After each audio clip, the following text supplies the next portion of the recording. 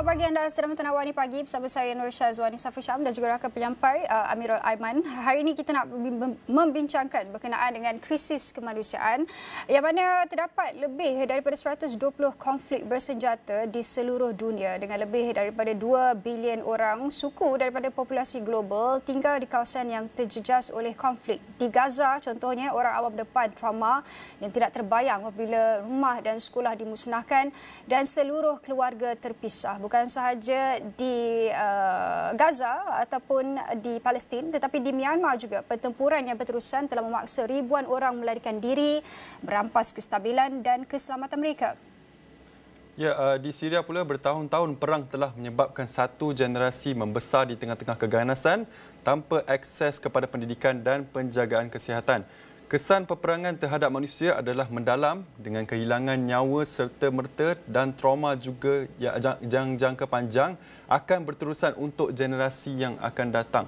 Jadi hari ini kita disertai oleh dua wakil daripada sebuah rangkaian kemanusiaan global yang memainkan peranan penting dalam menangani cabaran-cabaran kemanusiaan ini.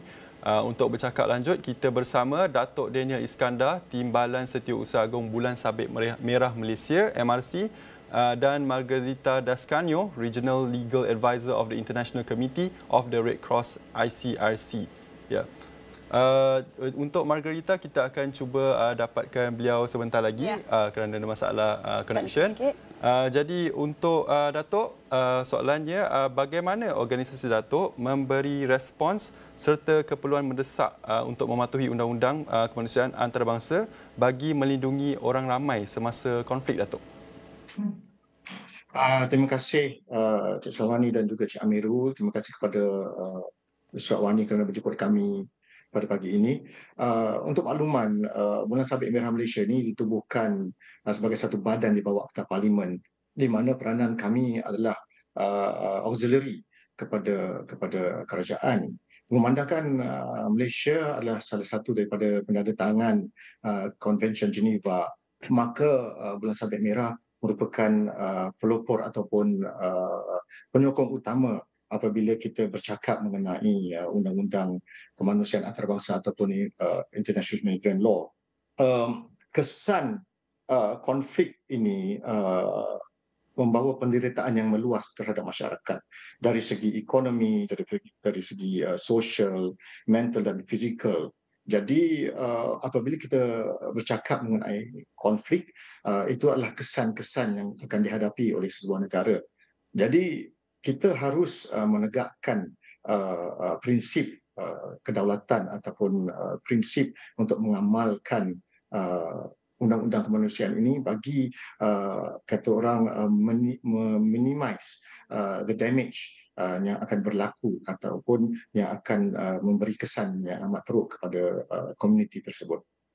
Ya, Datuk, pastinya juga Bulan Sabit Merah memainkan peranan yang sangat penting dalam membantu krisis kemanusiaan ini. Cumanya kita tahu untuk memberikan bantuan itu agak sukar dan juga memakan masa yang agak panjang. Tetapi bagaimana Bulan Sabit Merah sendiri untuk mengurangkan kesan segera dan juga kesan jangka panjang itu terhadap penduduk awam secara keseluruhannya, Datuk?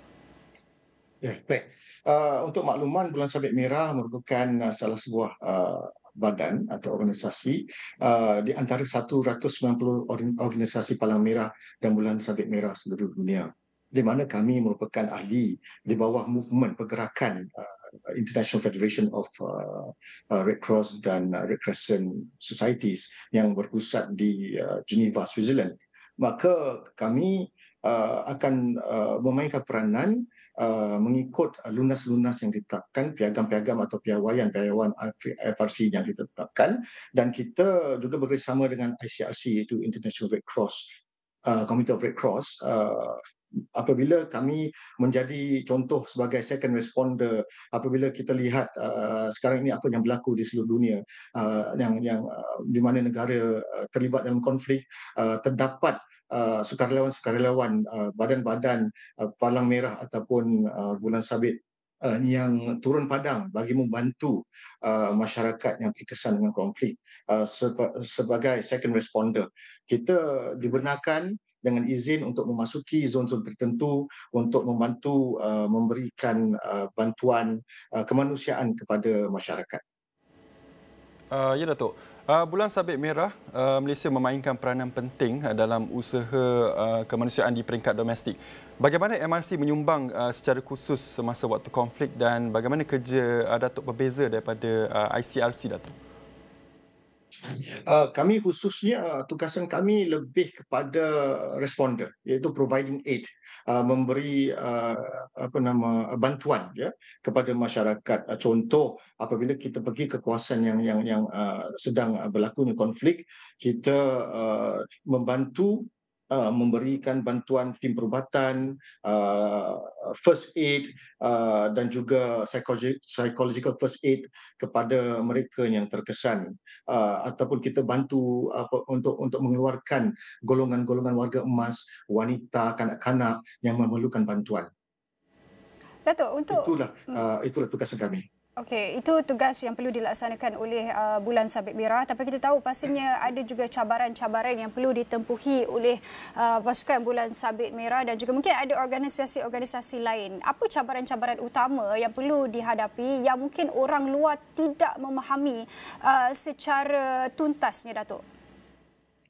Antara cabaran yang kita selalu lalui adalah apabila kita memasuki ke suatu kawasan asing, kita perlulah menjalankan tugasan mengikut dengan batasan ataupun mengikut undang-undang sebuah negara itu sendiri. Kita tak boleh sesuka hati memasuki kawasan yang dilarang, contoh ya, ataupun kalau kita nak masuk kawasan konflik, kita perlu ikut contoh pasukan tentera dan menjalankan tugasan mengikut apa yang arahan yang diberikan oleh mereka dengan bersama dengan agensi-agensi yang lain. Jadi itu adalah cabaran. Kita tak boleh memasuki kawasan konflik itu dengan sesuka hati. Datuk, Malaysia adalah sebuah negara yang aman seperti kita tahu. Namun lokasinya serta dinamika serantau yang kompleks seperti krisis di Myanmar, ketegangan di Laut Cina Selatan dan persaingan kuasa besar bermakna negara ini tidak sepenuhnya terpisah daripada kesan atau risiko konflik. Bagaimanakah MRC bersiap sedia untuk menangani cabaran kemanusiaan yang berpotensi timbul pada masa hadapan, Datuk? Ya, baiklah. Untuk makluman, Bulan Sabit Merah Malaysia juga ada caucus ataupun ada kumpulan di bawah ASEAN, iaitu di Southeast Asian Leaders, di mana baru-baru ini kami telah mengadakan pertemuan atau perjumpaan di Bali, Indonesia. Di situlah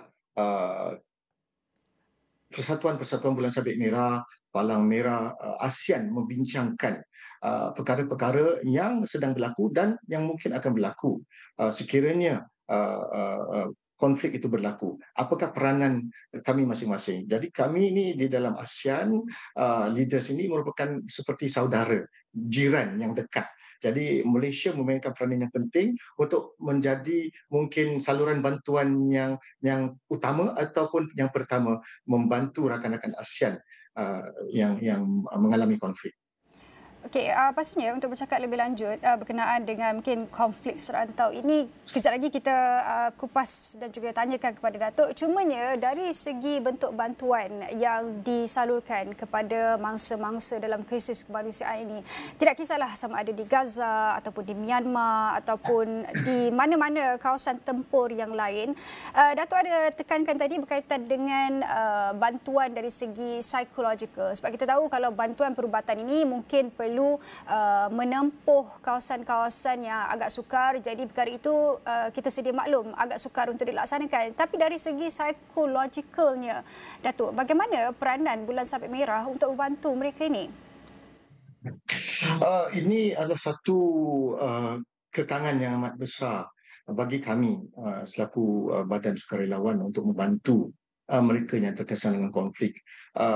Kita rata-rata lihat baru-baru ini apabila sukarelawan daripada Bulan Sabit ataupun Palang Merah, apabila kami pergi ke kawasan konflik, kami juga menjadi sasaran ramai yang telah terkorban.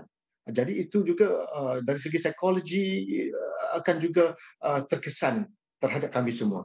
Jadi apabila kami turun ke Padang untuk membantu masyarakat yang terkesan, kami ada tim yang mahir atau pakar contohnya dalam bidang psikologi untuk memberikan kaunseling. Sebab konflik ini adalah kita manusia ataupun rakyat di sebuah negara tidak inginkan konflik. Kami semua inginkan dan cintakan keamanan. Tetapi oleh kerana fakta-fakta tertentu sebuah negara itu terlibat dalam konflik, maka ia amat memberikan satu kesan psikologi yang amat luas, terutamanya sekali kepada golongan wanita, kanak-kanak dan warga emas.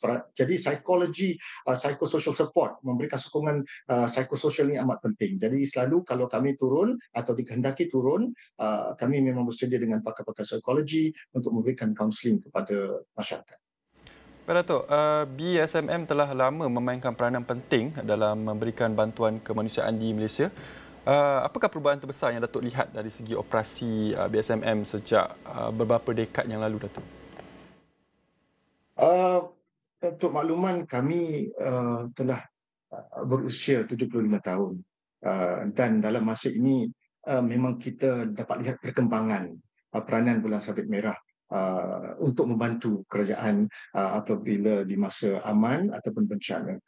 Banyak progres, banyak development dan orang sudah masyarakat umum dan masyarakat dunia sudah memahami peranan Bulan Sabit Merah Malaysia dari segi segala aspek. Dulu kita ingat Bulan Sabit Merah Malaysia ni hanyalah berkawat di sekolah saja, tetapi ia merangkumi lebih daripada itu jika kita lihat progres atau development Bulan Sabit. Dari segi memberi khidmat psychosocial support, dari segi memberikan khidmat pemberian bakul makanan ataupun sumber keuangan kepada bangsa-bangsa bencana di Malaysia. Menarik Datuk katakan tadi, yang mana kalau di peringkat sekolah, kita tahu PBSM itu selain daripada membantu mereka yang cedera ataupun sakit, kita tahu kalau event-event besar adalah contohnya Hari Sukan, okey, pastinya ada pembarisan. Tetapi bagaimana dengan pendidikan lebih awal ini dapat memberi awareness, kecaknaan kepada anak-anak muda bahawasanya Badan Bulan Sabit Merah ini sebenarnya lebih daripada itu. Itu perlu diberikan pendidikan lebih awal kepada anak-anak muda, Datuk? Ya, betul. Untuk makluman, ramai guru-guru merupakan sukarelawan Bulan Sabit Merah Malaysia. Jadi apabila kita ni memberi pendedahan awal kepada kanak-kanak ataupun belia-belia, mereka merupakan kata orang leaders of the future, pemimpin masa depan. Jadi masa sekaranglah kita perlu menerapkan prinsip-prinsip 7 principles tu. Kita perlu menjadi independent, kita menjadi neutral apabila kita bantu seseorang, itu tidak kira warna, latar belakang, fahaman agama dan sebagainya. Jadi dari awal lagi kita terapkan modul-modul ini, training di peringkat sekolah, maka kita harapkan apabila pada masa depan nanti kanak-kanak atau belia ini akan menjadi pemimpin yang bertanggungjawab kepada masyarakat.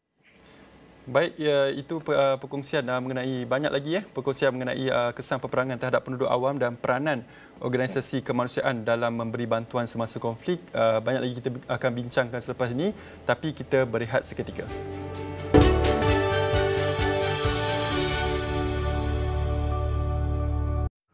Saya tak buat apa-apa, Pak Cikgu. Tapi dia orang tetap nak kacau saya. Siapa dia orang?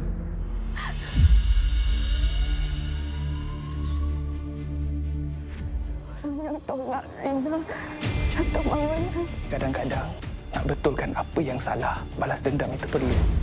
Kau bangun pagi tadi, terus rasa nak jadi lagi bodoh dari biasa. Mulai sekarang, awak semua tebusan cikgu. Saya tak percaya cikgu boleh buat benda macam ni. Cikgu nak bunuh kita orang ke? Tak.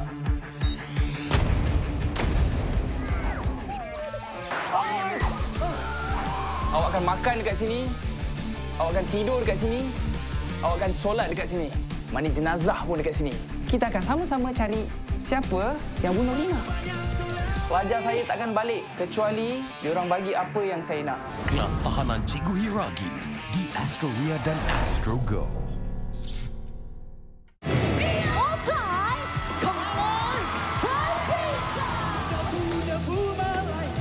power betul lah. Lagu ni makanan awak lah.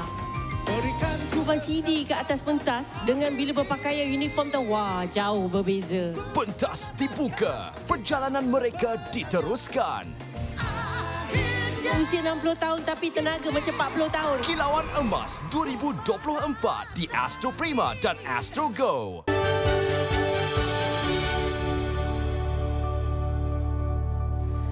Baik, betul kembali dalam Awak Ni Pagi. Hari ini kami berbincangkan berkenaan dengan kesan peperangan terhadap kemanusiaan, dan bersama dengan kami adalah Datuk Daniel Iskandar, Timbalan Setiausaha Agung Bulan Sabit Merah Malaysia. Sebentar tadi Datuk banyak yang dah kita bercakapkan, terutamanya melihat kepada krisis kemanusiaan yang berlaku di luar negara. Tapi kita nak juga memberi pengkhususan bagaimana Bulan Sabit Merah Malaysia juga memberikan bantuan kepada rakyat kita sendiri yang terjejas. Contohnya, Datuk, apa yang berlaku ketika ini dan saya kira setiap tahun berlaku perkara yang berulang adalah keadaan banjir. Kita tahu juga peranan Bulan Sabit Merah adalah untuk membantu mangsa-mangsa banjir dan juga bantu selesaikanlah apa sebarang isu yang ada di pusat pemindahan sementara itu. Tapi mungkin ramai juga yang masih tidak mengetahui peranan lebih lanjut oleh Bulan Sabit Merah ini. Datuk? Baiklah, apabila berlakunya monsun Timur Laut ini ataupun MTL, kami bekerjasama rapat dengan agensi-agensi kerajaan yang lain seperti NADMA dan Majlis Keselamatan Negara, Jabatan Perhutanan Awam dan juga BOMBA. Jadi di setiap negeri kami ada cabang atau daerah Bulan Sabit Merah Malaysia yang akan menjadi responden yang pertama untuk memberikan bantuan kepada masyarakat yang terkesan. Contohnya apabila berlakunya banjir. Satu contoh adalah apabila banjir berlaku di Shah Alam dulu, di Terengganu dan di Kelantan pada setiap tahun. Kami akan memberikan pemberian bakul makanan kepada penduduk ataupun kepada mangsa-mangsa banjir yang ditempatkan di PPR. Kami juga menyediakan bantuan health screening, kesihatan. Dan jika perlu, kami ada doktor-doktor sukarelawan dan para jururawat sukarelawan yang terlatih untuk memberikan nasihat ataupun khidmat perubatan asas. Kadang-kadang bila berlaku banjir ini, terdapatlah waterborne disease, penyakit-penyakit yang berlaku disebabkan banjir. Contoh gatal-gatal dan sebagainya, atau demam. Ya. Lebih-lebih lagi berlaku kepada warga emas, golongan wanita, kanak-kanak. Jadi kami menjadikan bantuan tersebut di PPR. Dan juga kami bekerjasama dengan sukarelawan-sukarelawan kami untuk membuat pembersihan, contoh di masjid ataupun di rumah. Antara juga faktor yang utama melibatkan Bulan Sabit Merah Malaysia adalah kami menjadikan air bersih, dinamakan WASH, iaitu Water and Health and Sanitation, di mana kami mengambil air daripada sumber air daripada sungai, dan kami menjalankan test dan proses untuk menukarkan air itu untuk menjadi air bersih, untuk diguna pakai untuk mandi, gunaan harian lah, untuk memasak, mengambil wuduk dan sebagainya. Jadi itu merupakan satu main aktiviti kami semasa berlakunya bencana di Malaysia. Jadi Datuk, bagaimana Bulan Sabit Merah Malaysia memastikan sukarelawan-sukarelawannya cukup terlatih dan bersedia untuk bertindak dalam situasi kecemasan yang tidak dijangka lah, seperti banjir yang seperti Datuk cakapkan tadi tu? Ya, baik. Selalunya sukarelawan kami ini apabila mereka deploy atau ditugaskan untuk membantu turun padang, membantu golongan masyarakat yang terkesan dengan bencana, contoh banjir, antara lingkungan umur adalah 18 tahun ke atas, ya, untuk menjadi sukarelawan dan turun dan mempunyai fizikal yang sihat dan sebagainya. Maka dengan itu kami melengkapkan sukarelawan kami dengan menghantar mereka ke kursus-kursus asas. Contoh first aid, CPR training, WASH training, ataupun psychological first aid training dan sebagainya. Itu merupakan satu keperluan asas untuk sukarelawan mendapat ataupun memperolehi kata orang knowledge, pengetahuan sebelum kita dapat bantu masyarakat. Sebelum kita turun padang membantu masyarakat, kita mesti membekalkan diri kita dengan skill-skill kemahiran-kemahiran yang asas. Kalau tidak susah kita nak membantu kalau kita sendiri rasa kekok, ya. Dan kita mesti berdisiplinlah untuk membantu masyarakat, sebab masyarakat apabila waktu bencana, waktu krisis, contoh banjir, mereka memerlukan bantuan dari segala aspek. Jadi kita mesti bersiap siaga dari awal lagi. Sebelum kita dapat membantu masyarakat, kita kena siapkan diri kita dulu. Itu pastinya peranan yang dimainkan oleh Bulan Sabit Merah Malaysia, terutamanya bukan sahaja membantu mereka yang memerlukan di dalam negara tetapi di luar negara juga. Tapi skop yang lebih besarnya juga adalah kita tahu walaupun Malaysia ini sebuah negara yang lebih kecil lah di peringkat global, tapi kita memainkan peranan yang sangat besar untuk mempromosikan keamanan. Bagaimana juga Bulan Sabit Merah memainkan peranan tersebut mungkin dari segi Malaysia dan juga di peringkat global? Ya, baiklah. Kerajaan Malaysia telah menandatangani beberapa konvensyen ataupun persefahaman yang melibatkan undang-undang kemanusiaan.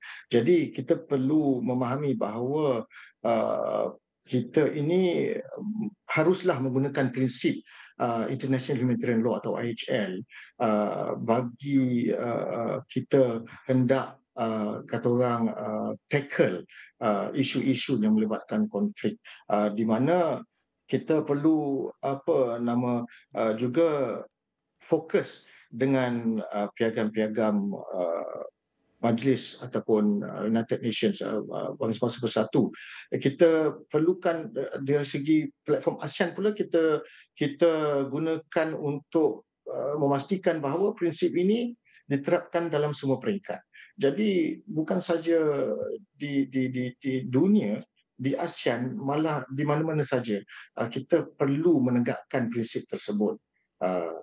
Itulah peranan Bulan Sabit Merah Malaysia. Kami selalu menyokong ataupun menjadi pelopor dalam perkara ini. Dan untuk makluman juga, pada tahun ini iaitu bulan Oktober nanti, Malaysia ataupun akan mengambil bahagian di dalam satu perhimpunan iaitu The General Assembly of IFRC di Geneva, di mana kami amat bangga dan terharu apabila pengerusi kami yang teramat mulia Tengku Puteri Intan Safina, Ibn Almarhum Sultan Abdul Halim Muazzam Shah Tengku Tembung Kedah, dilantik sebagai pengerusi yang merupakan menjadi seorang rakyat Malaysia yang pertama untuk mempengerusikan conference tersebut, iaitu International Conference, conference antarabangsa yang akan dihadiri oleh golongan-golongan ataupun ahli-ahli Persatuan Bulan Sabit Merah dan Palang Merah. Turut akan hadir juga adalah agensi-agensi daripada Malaysia, agensi kerajaan seperti NADMA, seperti Kementerian Pertahanan, seperti pejabat peguam negara, wakil-wakil pejabat peguam negara, dan juga wakil tetap Malaysia di Bangsa-Bangsa Bersatu, di mana antara resolusi atau perkara yang akan dibincang dan dibahas dan dibentangkan adalah International Humanitarian Law, iaitu undang-undang kemanusiaan antarabangsa, di mana yang harus dibincangkan, diperbahaskan, dan mungkin kita cari titik persamaan sesama kita bagi menegakkan lagi prinsip tersebut. Jadi ia akan berlaku pada tahun ini. Baik Datuk, bercakap mengenai Undang-Undang Kemanusiaan Antarabangsa iaitu IHL. Apakah peranan Bulan Sabit Merah untuk mendidik dalam kalangan masyarakat Malaysia mengenai kepentingan undang-undang ini? Dan bagaimana Datuk melihat boleh kita tingkatkan lagi tahap kesedaran rakyat kita mengenai IHL ini, Datuk? Kami menjalankan kursus ataupun training program, iaitu basic training program ataupun kursus asas mengenai undang-undang antarabangsa yang dijalankan di training institute kami di Jalan Belfield. Orang ramai amat dialu-alukan sesiapa yang berminat untuk mengetahui prinsip asas undang-undang kemanusiaan ini. Sebab kenapa saya kata begitu? Kita lihat di sekeliling kita, kita tengok TV setiap hari, berlakunya konflik ini sudah menjadi satu kata orang berita seharian yang kita tengok. yang kita lihat. Dan kadang-kadang kita ini memberikan satu judgement kita sendiri tanpa kita memahami apa itu undang-undang kemanusiaan antarabangsa. Apabila kita cakap undang-undang kemanusiaan antarabangsa, ada piagam, ada batasan-batasan apabila sebuah negara itu berperang ataupun terlibat dengan konflik. Maksudnya sekiranya perlu mengharungi peperangan atau konflik, maka tidak perlulah kita hendak menghancurkan kaum-kaum lain seperti kaum wanita, kanak-kanak, warga emas, sekolah, tempat-tempat ibadah dan sebagainya. Jadi there are rules and regulations and laws to observe. Ada provisions yang termaktub di dalam undang-undang antarabangsa, undang-undang kemanusiaan antarabangsa ini, di mana kita perlu hormat. Banyak yang berlaku sekarang ini kita kurang hormat terhadap undang-undang kemanusiaan antarabangsa ini. Tetapi jika kita tahu asas basic IHL atau undang-undang antarabangsa, undang-undang kemanusiaan antarabangsa ini, maka kita sedar, kita aware, kita tahu apa yang sedang berlaku sekarang ini. Banyak yang mungkin terlajak atau terbabas daripada norma-norma yang ditetapkan ataupun syarat-syarat yang ditetapkan di bawah prinsip-prinsip undang-undang kemanusiaan. Ya. Okey Datuk, mungkin akhir sekali, apa agaknya harapan terutamanya melihat kepada peranan yang dimainkan oleh Bulan Sabit Merah dan juga badan-badan organisasi lain yang turut memberikan bantuan terutamanya dalam krisis kemanusiaan ini, dan bagaimana sebenarnya setiap pihak juga perlu memainkan peranan mereka masing-masing dalam memastikan krisis kemanusiaan ini dapat dihentikan dan juga to see a better world lah Datuk. Harapan Bulan Sabit Merah amatlah tinggi apabila kita cakap tentang undang-undang kemanusiaan antarabangsa. Apa yang kami harapkan, saya rasa semua orang harapkan adalah untuk kita mencapai keamanan. Ya. Dan sekiranya berlaku konflik, kita perlu juga hormat. Sebab itu kita ada undang-undang antarabangsa, kita ada United Nations, kita ada badan-badan dunia yang lain lah, yang mana kita harus observe the laws, the rules, the conventions untuk kita mengelakkan kemusnahan yang lebih teruk, kemusnahan yang lebih besar, terutama sekali yang melibatkan golongan-golongan yang tak perlu terlibat. Contoh wanita, kanak-kanak, warga emas dan juga bangunan-bangunan awam seperti hospital dan tempat-tempat suci dan sebagainya. Itu yang kita rasa terkilan kerana ia berlaku walaupun ada badan-badan dunia, ada convention, ada undang-undang dunia, undang-undang kemanusiaan antarabangsa yang kita perlu hormati dan observe. Cuma mungkin disebabkan kita terlalu sibuk berperang sehingga kita terlupa yang kita ada undang-undang yang kita patut dan perlu dan mesti hormati. Itulah harapan saya, harapan Bulan Sabit dan harapan semua, supaya kita dapat mencapai keamanan dengan kita memahami dengan lebih dalam lagi mengenai undang-undang antarabangsa. Okey, baik. Terima kasih Datuk Daniel Iskandar, Timbalan Setiausaha Agung Bulan Sabit Merah Malaysia, dalam kita bercakap bagaimana agaknya kesan peperangan terhadap kemanusiaan dan juga bagaimana ia juga boleh menjadikan ia satu perkara yang dilihat dengan lebih serius, terutamanya melihat kepada bagaimana untuk menghentikan krisis kemanusiaan ini. Ya, dengan itu saja yang kami dapat bawakan dalam perkongsian kami di Awani Pagi kita pada hari ini. Saya Amirul Aiman. Saya Nur Syazwani Safucham. Kita jumpa lagi.